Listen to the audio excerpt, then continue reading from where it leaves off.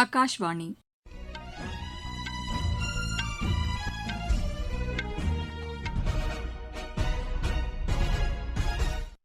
செய்திகள் வாசிப்பவர் லட்சுமி ராகவன். தலைப்புச் செய்திகள்: தமிழ்நாடு மற்றும் மேற்குவங்க சட்டப்பேரவைத் தேர்தலுக்கான அறிவிக்கை இன்று வெளியானதை அடுத்து வேட்புமனு தாக்கல் தொடங்கியுள்ளது.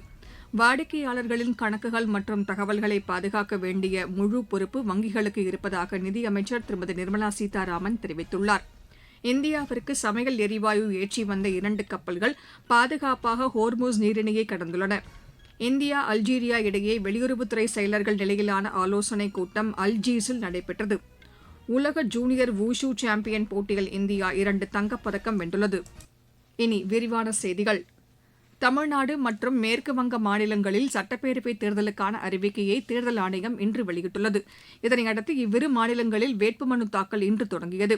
இம்மாநிலங்களில் அடுத்த மாதம் 23ஆம் தேதி சட்டப்பேரவைத் தேர்தல் நடைபெறவுள்ளது. தமிழகத்தில் 234 சட்டப்பேரவைத் தொகுதிகளுக்கு ஒரே கட்டத்தில் தேர்தல் நடைபெறுகிறது. வேட்புமனு தாக்கல் செய்ய வரும் 6ஆம் தேதி கடைசி நாளாகும். வேட்புமனுக்கள் வரும் 7ஆம் தேதி பரிசீலிக்கப்படும். வேட்புமனுக்களை திரும்பப் பெற வரும் 9ஆம் தேதி கடைசி நாளாகும். மேற்குவங்க மாநிலத்தில் முதல் கட்டமாக 152 தொகுதிகளுக்கான தேர்தல் அடுத்த மாதம் 23ஆம் தேதி நடைபெறவுள்ளது. 142 தொகுதிகளுக்கு 2ஆம் கட்டமாக அடுத்த மாதம் 29ஆம் தேதி வாக்குப்பதிவு நடைபெறுகிறது. தேசிய ஜனநாயக கூட்டணியில் அங்கம் வகிக்கும் பாட்டாளி மக்கள் கட்சியில் போட்டியிடும் 15 வேட்பாளர்கள் கொண்ட 2வது பட்டியலை அக்கட்சியின் தலைவர் டாக்டர் அன்புமணி ராமதாஸ் இன்று வெளியிட்டுள்ளார்.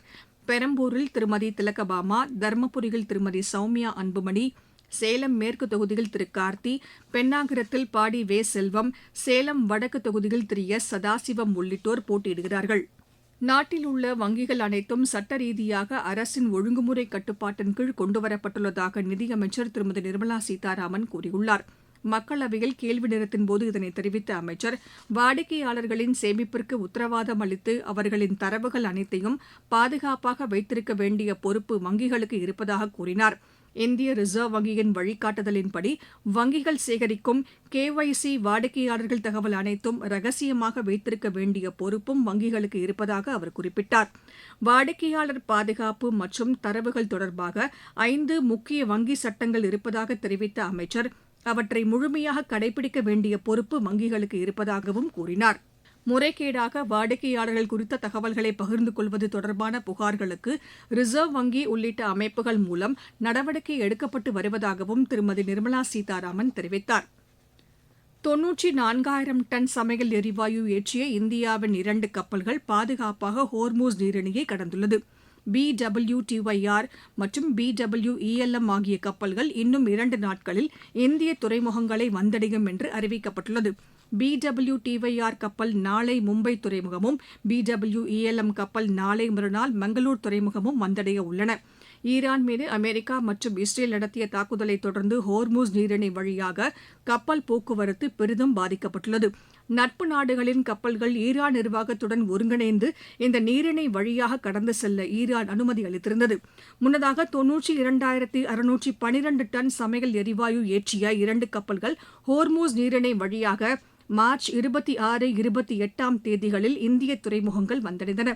மேலும் 92,712 டன் சமையல் எரிவாயு ஏற்றிய ஷிவாலிக், நந்தாதேவி கப்பல்கள் கடந்த மார்ச் 16, 17ஆம் தேதிகளில் முந்த்ரா, காண்ட்லா துறைமுகங்களை வந்தடைந்தன. குவைத்தில் மின் உற்பத்தி மற்றும் கடல் நீரை தூய்மையாக்கும் பணி நடைபெற்று வந்த தொழிற்சாலையில் ஈரான் நடத்திய தாக்குதலில் இந்தியாவை சேர்ந்த ஒரு தொழிலாளர் பலியானதாக அந்நாட்டு அரசு தெரிவித்துள்ளது. குவைத்தின் மின்சாரம், நீர் மற்றும் புதுப்பிக்கத்தக்க எரிசக்தி துறையின் செய்தி தொடர்பாளர் திருமதி ஃபாத்திமா அப்பாஸ் செய்தியாளர்களிடம் பேசுகையில், இந்த தொழிற்சாலையில் கட்டமைப்பு, இயந்திரங்கள் மற்றும் பொருட்களுக்கு பலத்த சேதம் ஏற்பட்டிருப்பதாக கூறினார். விரைவில் மின் உற்பத்தி செய்யவும் குடிநீர் விநியோகம் மேற்கொள்ளவும் நடவடிக்கைகள் எடுக்கப்பட்டுள்ளதாகவும் அவர் தெரிவித்தார். அவசரகால தொழில்நுட்ப குழுக்கள் உடனடியாக அமைக்கப்பட்டு அதனை சீரமைக்கும் பணிகள் மேற்கொள்ளப்பட்டு வருவதாக அவர் கூறினார். அப்பகுதியில் பாதுகாப்பை உறுதி செய்வதற்கான நடவடிக்கைகள் எடுக்கப்பட்டுள்ளதாகவும் திருமதி ஃபாத்திமா அப்பாஸ் தெரிவித்தார். இதனிடையே குவைத்தில் ஈரான் தாக்குதலில் உயிரிழந்த இந்திய தொழிலாளர்களுக்கு அந்நாட்டில் உள்ள இந்திய தூதரகம் இரங்கல் தெரிவித்துள்ளது. இது தொடர்பாக வெளியிடப்பட்ட சமூக வலைதள பதிவில் குவைத் அரசு அதிகாரிகளுடன் தாங்கள் தொடர்ந்து பேசி வருவதாகவும் அவர்களிடமிருந்து தேவையான உதவிகள் கிடைக்கும் என்று நம்புவதாகவும் கூறியுள்ளனர். நீங்கள் கேட்டுக்கொண்டிருப்பது ஆகாஷ்வாணியின் செய்தி அறிக்கை.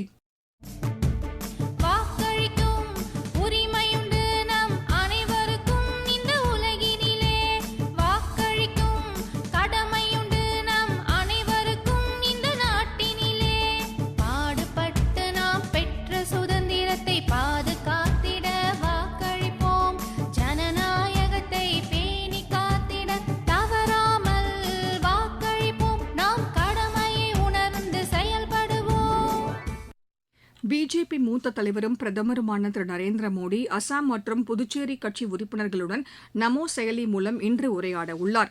சமூக வலைதளத்தில் அவர் வெளியிட்டுள்ள பதிவில் கடந்த 10 ஆண்டுகளில் அசாம் அனைத்து துறைகளிலும் வளர்ச்சியடைந்துள்ளதாக கூறியுள்ளார்.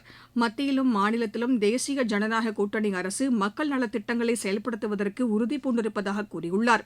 புதுச்சேரி கட்சி உறுப்பினர்களுடன் நமோ செயலி மூலம் கலந்துரையாட தாம் ஆவலுடன் இருப்பதாக திரு நரேந்திர மோடி கூறியுள்ளார். இந்தியா அல்ஜீரியா இடையே வெளியுறவுத்துறை செயலர்கள் நிலையிலான 7வது ஆலோசனைக் கூட்டம் அல்ஜீர்ஸில் நடைபெற்றது. இந்தியா சார்பில் வெளியுறவுத்துறையின் தெற்கத்திய நாடுகளுக்கான செயலர் டாக்டர் நீனா மல்ஹோத்ராவும், அல்ஜீரியா சார்பில் அந்நாட்டின் வெளியுறவுத்துறை செயலர் திரு லார்னேஸ் மேங்க்ரோமேனும் பங்கேற்றனர். இது தொடர்பாக இந்திய வெளியுறவு அமைச்சகம் வெளியிட்டுள்ள செய்திக்குறிப்பில், எரிசக்தி, கல்வி, வர்த்தகம், இருநாட்டு மக்கள் தொடர்பு ஆகியவற்றில் இருதரப்பு உறவுகளை மேம்படுத்துவது குறித்து இந்த ஆலோசனைக் கூட்டத்தில் விவாதித்ததாக தெரிவிக்கப்பட்டுள்ளது. தமிழக சட்டப்பேரவைத் தேர்தலில் 100% வாக்குப்பதிவை உறுதி செய்வதற்கான நடவடிக்கைகள் எடுக்கப்பட்டு வருகின்றன. திருப்பத்தூர் மாவட்டத்தில் அனைவரும் வாக்களிக்க வலியுறுத்தி நடைபெற்ற பேரணியில் பேசிய மாவட்ட ஆட்சியர் திருமதி சிவசவுந்தரவல்லி, அடுத்த மாதம் 23ஆம் தேதி அனைத்து வாக்காளர்களும் தங்களது வாக்குரிமையை தவறாது செலுத்த வேண்டும் என்று கேட்டுக் கொண்டார். 18 வயசுக்கு மேல யாருக்கெல்லாம் ஓட்டிங் ரைட்ஸ் இருக்கோ அவங்களெல்லாம் ஓட்டு போட சொல்லணும். ஏப்ரல் 23 அன்னைக்கு மறக்காம எல்லாரையும் ஓட்டு போட சொல்லணும். தென் 18+ இங்க இருக்கிறவங்களுக்கும் என்னோட ரெக்வஸ்ட், நீங்களும் உங்க ரிலேட்டிவ்ஸ், உங்க ஸ்ட்ரீட்ல இருக்கிறவங்க, உங்க ஃப்ரெண்ட்ஸ் எல்லார்ட்டையும் சொல்லுங்க. யாருக்கெல்லாம் வாக்குரிமை இருக்கோ அனைவரும் ஏப்ரல் 23ஆம் தேதி அன்று தவறாமல் வாக்களிக்கணும். இந்த டைம் நம்ம மாவட்டம் 100% ஓட் பிளான் பண்றோம். அதாவது வாக்காளர் ஒருத்தர் கூட விடுபடாம வாக்களிக்கணும். அதுக்கு நீங்க எல்லாரும் சப்போர்ட் பண்ணணும். மேற்காசிய போர் சூழலால் சர்வதேச சந்தையில் கச்சா எண்ணெயின் விலை உயர்ந்து வருவதை அடுத்து ஆஸ்திரேலியாவில் கலால் வரி பாதியாக குறைக்கப்பட்டுள்ளது. இதனை அறிவித்த அந்நாட்டு பிரதமர் திரு ஆண்டனி அல்பனீஸ், சர்வதேச சந்தையில் கச்சா எண்ணெய் பேரலுக்கு $116க்கும் கூடுதலாக கடந்த 2 வார காலமாக நீடித்து வருவதை அடுத்து மக்களுக்கு இதனால் ஏற்படும் தாக்கத்தை குறைக்கும் நோக்கில் கலால் வரி குறைக்கப்படுவதாக அறிவித்தார். கனரக வாகனங்களுக்கான அனைத்து கட்டணங்களையும் வரும் 3 மாதங்களுக்கு நிறுத்தி வைப்பதாகவும் அவர் அறிவித்துள்ளார். ஆஸ்திரேலியாவில் உள்ள விக்டோரியா மற்றும் டாஸ்மேனியா மாகாணங்களில் எரிபொருட்களுக்கு முழுமையாக கலால் வரி நீக்கப்பட்டுள்ளது. சர்வதேச அளவில் எரிபொருள் தட்டுப்பாடு நிலவி வரும் சூழ்நிலையிலும் இலங்கைக்கு எரிபொருள் வழங்கிய இந்தியாவிற்கு நன்றி தெரிவிப்பதாக அந்நாட்டு அதிபர் திரு அனுரகுமார திசநாயக்கே தெரிவித்துள்ளார். இது தொடர்பாக அவர் வெளியிட்டுள்ள சமூக வலைதள பதிவில், இந்தியா அனுப்பியுள்ள பெட்ரோலிய பொருட்கள் கப்பல் மூலம் கொழும்பு துறைமுகம் வந்து சேர்ந்துள்ளதாக தெரிவித்துள்ளார். அண்மையில் இலங்கையில் ஏற்பட்டுள்ள எரிபொருள் பற்றாக்குறை தொடர்பாக பிரதமர் திரு நரேந்திர மோடியுடன் பேசியதாகவும், இதனை ஏற்று 38,000 மெட்ரிக் டன் பெட்ரோலிய பொருட்களை இந்தியா அனுப்பியிருப்பதாகவும் அவர் தெரிவித்தார். மேற்காசியாவிலிருந்து இலங்கைக்கு பெட்ரோலிய பொருட்களை ஏற்றி வந்த கப்பல் நிறுத்தப்பட்டதால் இலங்கையில் பெட்ரோல் பற்றாக்குறை ஏற்படும் சூழல் நிலவியதாக திரு அனுரகுமார திசநாயக்கே தெரிவித்துள்ளார். உலக ஜூனியர் வூஷு சாம்பியன் போட்டியில் இந்தியா 2 தங்கப்பதக்கம் வென்றுள்ளது. சீனாவின் டியான்ஜின் நகரில் நடைபெற்று வரும் இப்போட்டியின் 45 கிலோ எடைப்பிரிவில் உபேந்திரோ தோங்கமும், 52 கிலோ எடைப்பிரிவில் நாங்மைத்தம் பான்ஹீபா சிங்கும் தங்கப்பதக்கத்தை கைப்பற்றினர். ஆசிய டிராக் சைக்கிள் சாம்பியன் போட்டியில் இந்தியாவின் அஞ்சலி ஜாக்கர் வெண்கலப் பதக்கம் வென்றார். மலேசியாவில் நடைபெற்று வரும் இப்போட்டியின் ஜூனியர் ஸ்கிராச் ரேஸ் பிரிவில் அவர் இப்பதக்கத்தை கைப்பற்றினார். ஃபிடே கேண்டிடேட்ஸ் செஸ் தொடரின் இன்றைய ஆட்டத்தில் இந்தியாவின் பிரக்னானந்தா சீனாவின் VEயை எதிர்கொள்கிறார். சைப்ரஸில் நடைபெற்று வரும் இப்போட்டியின் 2ஆம் சுற்று ஆட்டம் இன்று மாலை மணி 6:15க்கு தொடங்குகிறது. முன்னதாக நடைபெற்ற முதல் சுற்று ஆட்டத்தில் புள்ளி பட்டியலில் பிரக்னானந்தா, ஃபேபியானோ கருவானோ, ஜோவோகிர் சிந்தாரோவ் ஆகியோர் முதலிடத்தில் உள்ளனர். மீண்டும் தலைப்புச் செய்திகள். தமிழ்நாடு மற்றும் மேற்குவங்க சட்டப்பேரவைத் தேர்தலுக்கான அறிவிக்கை இன்று வெளியானதை அடுத்து வேட்புமனு தாக்கல் தொடங்கியுள்ளது. வாடிக்கையாளர்களின் கணக்குகள் மற்றும் தகவல்களை பாதுகாக்க வேண்டிய முழு பொறுப்பு வங்கிகளுக்கு இருப்பதாக நிதியமைச்சர் திருமதி நிர்மலா சீதாராமன் தெரிவித்துள்ளார். இந்தியாவிற்கு சமையல் எரிவாயு ஏற்றி வந்த 2 கப்பல்கள் பாதுகாப்பாக ஹோர்முஸ் நீரிணையை கடந்துள்ளன. இந்தியா அல்ஜீரியா இடையே வெளியுறவுத்துறை செயலர்கள் நிலையிலான ஆலோசனைக் கூட்டம் அல்ஜீர்ஸில் நடைபெற்றது. உலக ஜூனியர் வூஷு சாம்பியன் போட்டியில் இந்தியா 2 தங்கப்பதக்கம் வென்றுள்ளது. இத்துடன் இந்த செய்தி அறிக்கை நிறைவு பெற்றது.